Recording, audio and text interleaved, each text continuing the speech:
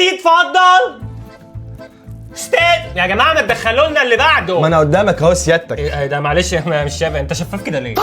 حضرتك جاي تتعلم مني ازاي تصعد دور ال 32. لا انا ما خدونيش كاس العالم اصلا. انا معلوماتي ان العالم كله بياخدك. ما انا جاي اتعلم من حضرتك ازاي اطلع كاس العالم زيكم كده بالظبط.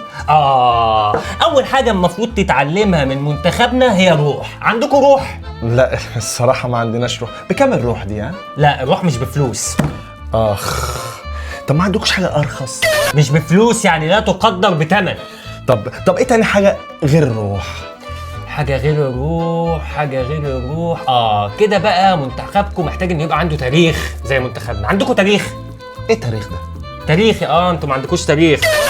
تاريخ زي الخديوي اسماعيل، هولاكو، انور السادات، نابليون. نابليون. تعرف نابليون؟ خليني. طب ايه تاني غير حكايه التاريخ؟ غير حكايه التاريخ انتوا كده بقى محتاجين لعيبه تبقى زي لعيبه منتخبنا كده. لا ما احنا ما عندناش. ما طبعا بس ممكن نشتري. اشتروا؟ لا احنا لعيبه منتخباتنا مش ماديه يا حبيبي، ما بتتباعش ولا واحد كده ولا وقت.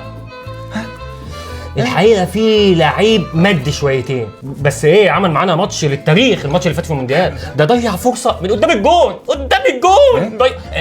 قصدي يعني ان الفرصه ما كانتش مناسبه بس الجمهور عندنا في مصر طايرين بيه في الماتش ده. بيقول لك كان هيودينا الكونفدراليه. الكونفدراليه؟ طب ما انا احب الكونفدراليه دي مش افريقيا برضو؟